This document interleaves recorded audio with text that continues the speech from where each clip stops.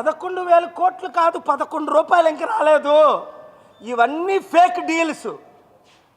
ఇస్తాము, ఓకే, ఇవ్వు.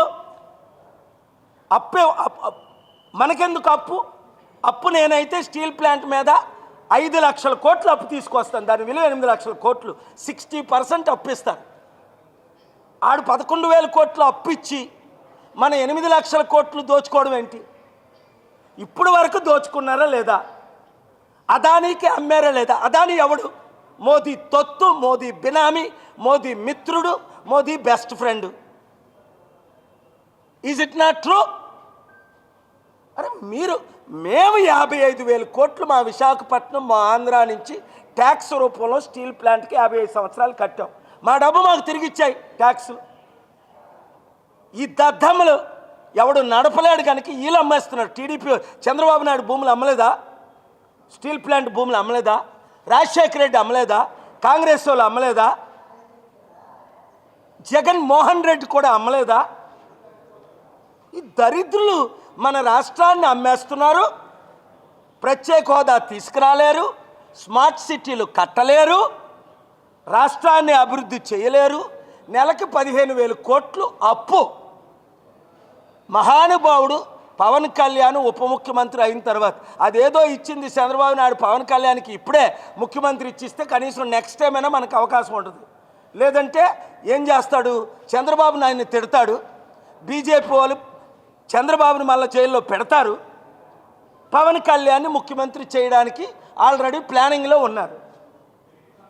అందుకనే ఆడి పేరు ఒకటి ఉంది, ఇండియాని అంతా 5 దేశాలను ఒకటి చేసేస్తాను అన్నాడు. ఇప్పుడు కొత్తగా బీజేపీ రాష్ట్రానికి ప్రెసిడెంట్ అయ్యాడు. పిచ్చి పిచ్చిగా వాగుతుంటాడు, రామ్ మాధవ్ అనుకుంటా.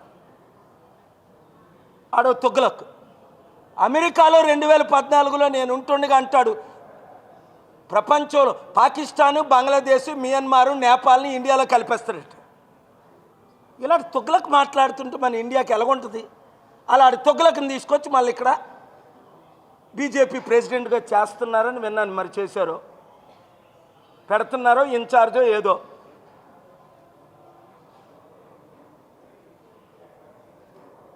రాజమండ్రిలో పురంధేశ్వరికి వెళ్ళడం ఏంటి? అక్కడ రాజమండ్రిలో ఎంపీగా ఓడిపోయింది సార్, ఐ లాస్ట్ అంటాడు. ఒరే బాబు, నువ్వు వైసీపీ ఓడు, నువ్వు లాస్ట్ అంటావేట్రా?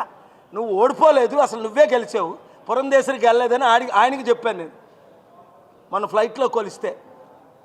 వాళ్ళు ఈవీఎంల ద్వారా గెలుస్తున్నారు కాబట్టి దమ్ముంటే I'm challenging Modi government, join and conduct the election with ballot paper. ఎందుకంటే ట్రంప్ కంటే ఎక్కువ మంది శత్రువులు ప్రపంచంలో ఎవరికి లేరు. అలాంటి ట్రంప్ మళ్ళీ ప్రెసిడెంట్ ఎలాగయ్యాడు? అక్కడ డెమోక్రసీ ఉండబట్టి, ఇక్కడ లేని దాన్ని బట్టి. అమెరికాలో డెమోక్రసీ ఉంది, ఇండియాలో డెమోక్రసీ లేదు కనుక మోదీ ఎవరిని చేస్తే రేపు పవన్ కళ్యాణ్ని పొగుడుతున్నాడు. ఇప్పటి నుంచే మన రాష్ట్రాన్ని దోచుకోవడానికి. ఇప్పుడు నడుపుతుంది పవన్ కళ్యాణే, చంద్రబాబు కాదు. పవన్ కళ్యాణ్ ఏం చెప్తే బీజేపీ అదే చేస్తుంది. అందుకనే పవన్ కళ్యాణ్ నేను అడుగుతున్నాను, మనకున్న 55,000 కోట్లు మనం సెంటర్కి ఇచ్చాం స్టీల్ ప్లాంట్ తరఫున. ఆ 55,000 కోట్లు నువ్వు తిరిగి తీసుకురా. ఆ 14,000 ఎకరాలు అమ్మేసి మాకు నువ్వు తిరిగి తీసుకురా. అప్పుడు వేలం వేద్దాం. స్టీల్ ప్లాంట్ కావాలంటే ఒక్కోడికి 8 కోట్లు ఇద్దాం ఎంప్లాయీస్కి. ఇప్పుడు భిక్షం ఇచ్చే కంటే, అప్పులు ఇచ్చే కంటే దమ్ముంటే చంద్రబాబు నాయుడు, పవన్ కళ్యాణ్ ఈ ప్రశ్నలకు జవాబు చెప్పాలి. Thank you very much.